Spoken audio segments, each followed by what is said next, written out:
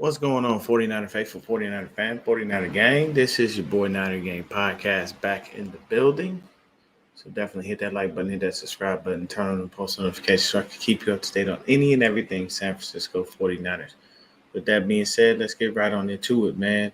So this is just a recap of, my guy, Deshaan Dixon, and what he brings to the table for the Jacksonville Jaguars. Um, he basically had his second game, and as usual, they got him in right around the little into the third quarter. So I just go over the plays, kind of give you a quick assessment of what he did and how he moved. Um, and I like to make sure that we get a kid some shine. Got some good comments from Bucky Brooks as well. So definitely gonna speak on that. So first play went away from him. He was lined up over the left tackle. It was a run by the quarterback to the opposite side of the field. He had good hustle on that one.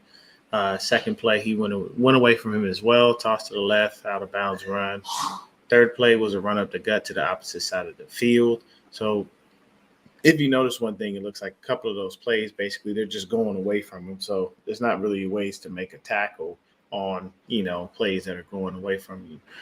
So the fourth play, great pressure off the edge. The QB rolled out to the right side of the field, got the ball out for a first down. Fifth play was a run stuff in the backfield. He did get in on the tackle. Sixth play, got held up a little bit by the left tackle, wasn't able to release properly. So he's going to have to keep working on that. Seventh play, he over pursued the QB, and this is more athletic QB. It was Josh Dobbs, so he got away and threw a touchdown. It's a little hard to try to get after a quick athletic QB if you're a defensive end. Eighth play was a run. The whole line got a great push. The running back winds up having a TFL. Eighth play, he got great pressure off of the edge, forced the QB to throw it away. Bucky Brooks says he has outstanding tools. Loved how he played in the Hall of Fame game. HBCU standout from Norfolk State. Ninth play was a completed pass, but a fumble forced by number 59 for the Jags, and they recover. 10th play was a run going away from him. Good pursuit on the play. 11th play for a run. 11th play run for a gain of 1 yard. Dixon was in on the tackle. 12th play had great pressure off the edge. Looked like he was held on the play, almost had a sack. And the 13th play was just a kneel down. So he got in for about 13 plays. And a couple series. The Browns won the game 24-13. One of the big takeaways from that is Deshaun Watson on the other side looks really, really bad, man. Like, he looked completely out of sync. He's definitely a lot of rust. So in these next few preseason games, you'll probably expect to see a lot of him, strictly based on the fact that he hasn't played a lot of football and he has to build a rapport with these receivers. So for the Browns, you still had Josh Dobbs, you had Josh Rosen. There were a few people that came in, to be able to play and make some plays and help them get some touchdowns and win the game. Jags didn't look too bad, but this is their second loss in a row in the preseason. So hopefully they'll look to capitalize, recover, and keep on pushing. But always like to keep up with my young boy, Deshaan Dixon, man. Give you guys a little quick hitter here, let you know exactly what's going on and how things work out as it pertains to him. So he had a pretty good game. Looks like he had probably about 2 tackles, or 2.5, should I say. And he had a couple of great pressures in the game. So he's coming along, strong, and I hope that he does continue to keep progressing and make the team. I know they'll probably look at the almost sack that he had because he over pursued the quarterback. But, I mean, when you're trying to get that sack, man, you're looking at going after the quarterback. Sometimes these guys are just super athletic, and it's hard to be able to keep up with him. But I'm not going to knock him for that. He was in the backfield, and the play, unfortunately, was not made. But the fact is he got there, and he was ready. So, that shows a bunch of progress when it comes to everything going on in the Jaguars organization. They've got some good progress there in general. Their first-round pick looks pretty good. I can't remember his name. Then they have, still got Josh Allen, and then they've got Arden Key there as well. So the starting defense seems to be very formidable. looks like it is a situation where we're hoping that Deshaan can make the team. But even if not, I'm still proud of him regardless because he got out there. He was actually able to be picked up and keep on pushing. But everybody out there have a wonderful Sunday. Stay blessed. This was just a quick hitter to give y'all a couple of things to look at if if you follow the Jags or if you follow any HBCU guys. Deshaan looked pretty good out there. He had a couple of plays where, he has to, get off the, release from the tackle a little bit better, but sometimes they get up in your pads. It's a little hard to do. So not going to knock him. He'll keep working on his technique. Those coaches out there will take good care of him. And he'll continue to progress and grow. But hey, everybody have a wonderful Sunday. Thanks for anyone that's stopping by. It looks like we got 4 people in here. And hold on one second. I just saw something that says Matt Mayoko says that uh, says that Daniel Brunsel's gonna miss a few weeks. Let's see what is going on. Give me just a second. Let me jump up on Twitter and see what we got here. Matt. Give me a sec. Let it look. Matt Mayoko. Let's see what he was saying. Give me just a moment. I'm trying to pull up the tweet. Right now, talks about Hall of Fame tweets. Center/right guard Daniel Brunson expected to miss a few weeks. That complicates his bid to open the season. All right. Well, see, this is part of the reason that I didn't want them to go ahead and have to deal with that, man. Brunskill suffered setback in quest to hold on to starting offensive line job. Daniel Brunskill was competing for a starting job along the 49ers offensive line, was dealt a blow on Friday night to his odds of opening the season, with the first unit. Brunskill sustained a hamstring injury that is expected to keep him out of action for a few weeks. 49ers coach Kyle Shanahan said on Saturday in a conference call with the Bay Area reporters, the 28-year-old started every game last season at right guard and was moved to center this offseason to compete against Jake Brendel for the job to replace retired veteran Alex Mack. Rookie Spencer Burford has taken all the first-team snaps at right guard this summer. On Friday night, the 22-year-old played 27 snaps in the 49ers' 28-21 victory over the Green Bay Packers. Second-year player Aaron Banks started and played 24 snaps at left guard. We got to see why they're in the position that they are and having an opportunity to be starters. It was good. It was good to play them a bunch because they both needed it, Shanahan said of Burford and Banks. We kept Burford in a little bit longer because he's a little less experienced. They need these 3 games, but I thought they showed out there why we believe in them, and we're real excited about them. Hopefully they get better each week after week 1. Right tackle Mike McGlinchey played just 8 snaps upon returning after undergoing extensive surgery last season. McGlinchey experienced irritation in the inside of his knee, Shanahan said. The good news is the surgical repair was good. He had some slight irritation in his knee, so we'll have to be smart with him this week. I'd be surprised if he does anything in Minnesota. The 49ers have 2-day practice. The 49ers have 2 days of practices in Santa Clara before traveling to Minnesota, where they'll hold joint practices with the Vikings on Wednesday and Thursday. After a day off on Friday, the teams will play Saturday in a preseason game. Rookie defensive end Drake Jackson, and second-round pick from USC, received good news that a shoulder stinger was confirmed.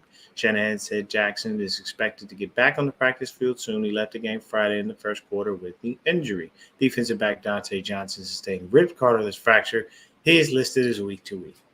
So, with that being said, we switch over to 49er football. Hey, what's going on, man? What's up, Tommy?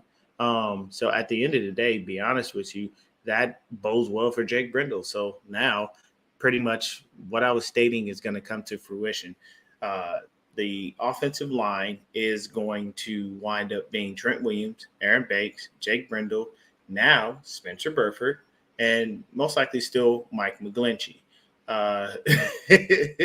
John V says, school is flat out ass. Let me put this up. He said, school is flat out ass, sadly. I remember him more productive as a backup before his injury he's coming back from. That is true. School was good. He did play very well for us in 2019 for a while. And he definitely held it down until that Browns game. And then we had to put Daniel Brunskill in at left tackle because he was getting murdered by Myles Garrett. Either way, we are hoping that everybody winds up getting healthy and we can continue on. So it looks like the season will start with Jake Brendel at center. I get my wish. And nothing against Daniel Brunskill. Don't want him to feel like he has to do anything hard. Gotta like him. And I definitely want Daniel Brunskill to be okay. It's not a situation. What's going on, Cook Sports? It's not a situation where anybody wants any injury to happen, but it just gives us the opportunity to be able to be smart about things, work on stuff, and continue to help, these other guys come along. Me personally, I look at it like this. Daniel Brunskill was not a good center when he was playing in 2020. Definitely probably wasn't going to be a good center in 2022. So I'll take Jake Brendel, let him continue to call the protections. The guards help call the protections as well. But it looks like our offensive line right now is going to be Trent Williams, Aaron Banks, Jake Brendel, Spencer Burford, and Mike McGlinchey as the right tackle.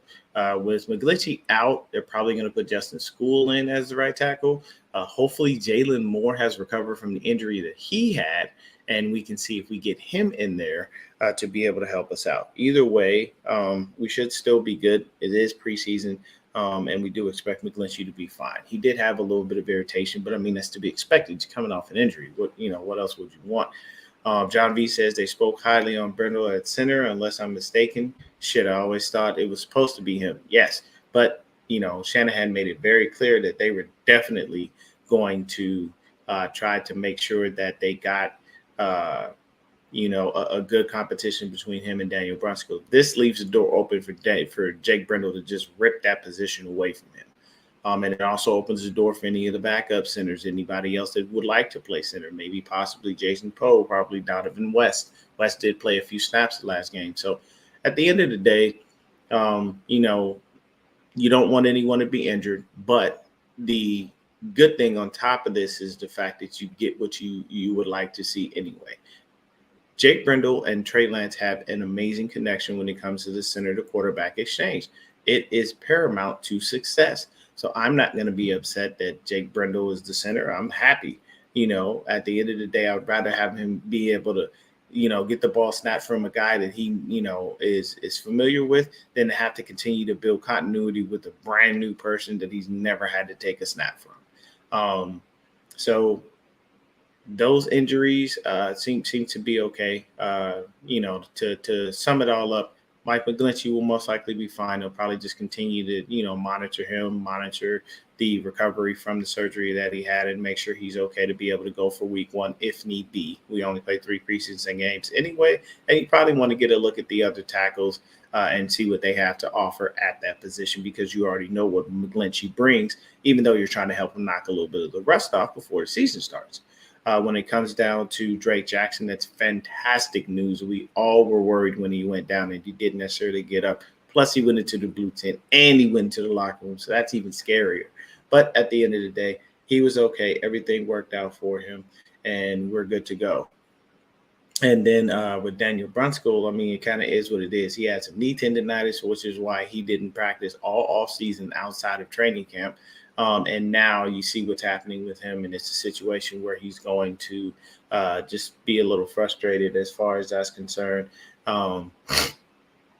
when, he can't get on the field and whatnot. And to be honest with you, Spencer Burford has started at that right guard position all offseason, whether it be training camp and along with OTA. So I think that the line is starting to build continuity with who they are and the people that are there. So you don't want to disrupt that. And it's not to say that Daniel Brunskill is going to lose his job. I'm pretty sure that when he comes back, he'll have the opportunity to be able to get back on the field. But it's probably going to be hard because Spencer Burford has been looking pretty good at right guard. He's he's not an all-star or all-pro right now, but he's going to develop into such with more and more reps. And that's the key point of that. You have to get more reps, and you have to be able to take things to the next level. But we can appreciate that. And, John B says, I like the idea of JC Treader coming in. I'm not concerned. He will cost $9 to $10 million a year. Here's the thing, John, we ain't got that money. Until we get 10 off the books, we can't be going and calling JC Treader because we don't know where that money's going to come from. And unfortunately, Parag Marathe is not the Parag Marathe and John Lynch combined are not the sadistic brainchild that is Les Snead over there with the Rams. I don't know how they find all this fucking money to pay their players, but they do.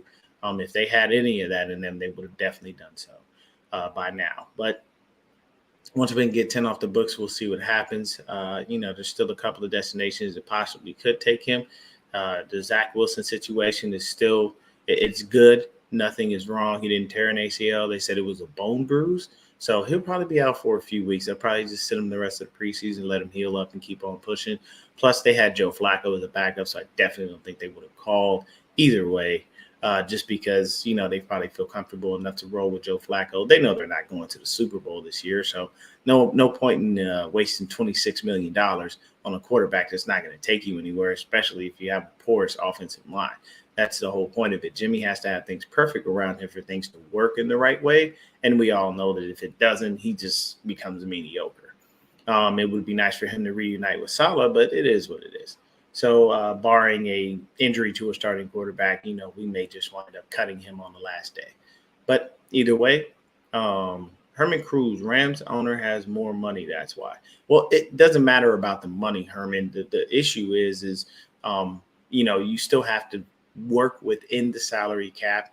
You can't go over it. There's luxury taxes. There's a variety of things that go into this. So them continually finding the money to pay these guys, I just don't know how that works. That's why I said Les Snead and the people that are working in that front office, they find a way to work magic, man. It's insane. Yes, the Rams owner may have a little more money than the York family and the DiBartolo family, but either way, it's still a hell of a task to be able to find all that bread with these guys to be able to, pay these dudes. And you're looking like, look at the salary cap. How the fuck is that working? John B says weird shit is Tampa down with both centers, and JC Treader's replacement in Cleveland went down Friday too. Went down to Friday night. Still Treader sitting on his ass at home unless we hear something tomorrow morning. Yeah, with a couple of guys going down, he's going to get a phone call. Somebody's going to have to pay the guy. And I mean, it's cool. You can sit at home, continue to stay in shape and be ready. And hopefully somebody gives you a call in enough time for you to be able to get back in football shape, because it's different than just being in shape, and then go from there. But this will end the show for this morning, man. I just wanted to drop in, talk about my young boy, Deshaan Dixon. I'm always be a fan of the kid. He's such a humble young man, and he went to an HBCU. So I'm trying to make sure any of those dudes out there get the shine, get the highlights that they can, because, even if he winds up being cut by the Jaguars, he can still be picked up by other teams, man. The young kid has some real good pass rush skills. And I'll tell you this, with the way that Chris Kasarik works with these defensive linemen, he could probably turn Dixon into a star. So if he got cut and we picked him up, tell you right now, Dixon will wind up just going absolutely apeshit. But Tommy Huxley says it doesn't matter how much the owner has. The SF Giants owner is a multi-billionaire, and he doesn't spend shit. Those are facts, though. Those are facts. Yeah, thanks, John B. I appreciate you, my guy. Always, man. Nothing but love to you and the fam. Say hi to the kids and the wife. But yeah, it honestly is just, it depends on the owner, and it depends on what you can do. And he's definitely one of those people that he wants to make sure that Parag Marathe is usually saving Jed York money rather than spending a lot of it. So I definitely can understand. Tommy Huxley says it's a salary cap league. Herman still thinks we're in the 80s. Yeah, if we were in the 80s, bro, the salary cap came in, honestly, because of us, because of Eddie DiBartolo. That's honestly that's the honest to God truth, because he was spending money like water, making sure he got the players that he wanted, doing the things that he did, and not playing around. And that's one of the reasons why the salary cap came into play, because they got tired of Eddie D going over there spending dime after dime, dollar after dollar, and having, top-notch players. But I digress. We'll get ready for this week, continue to bring you more content throughout the week on the 49ers. Definitely going to be talking about those joint practices and whatnot. I'll probably try to get on a little bit later, maybe with my guys from the Forever Faithful podcast, see if we can bring that roundtable back that we had on StreamYard, and see what they have to say as it pertains to the previous game versus the Packers, because they got to do a recap as well for their own channel. So we'll talk about that, see if we can try to get Chris Polo back in here, see if we can probably get Rohan to come hang out with us as well. But other than that, thank y'all so much for tuning in. Everybody have a blessed Sunday. Stay safe, stay faithful. And I'm out this joint. Peace.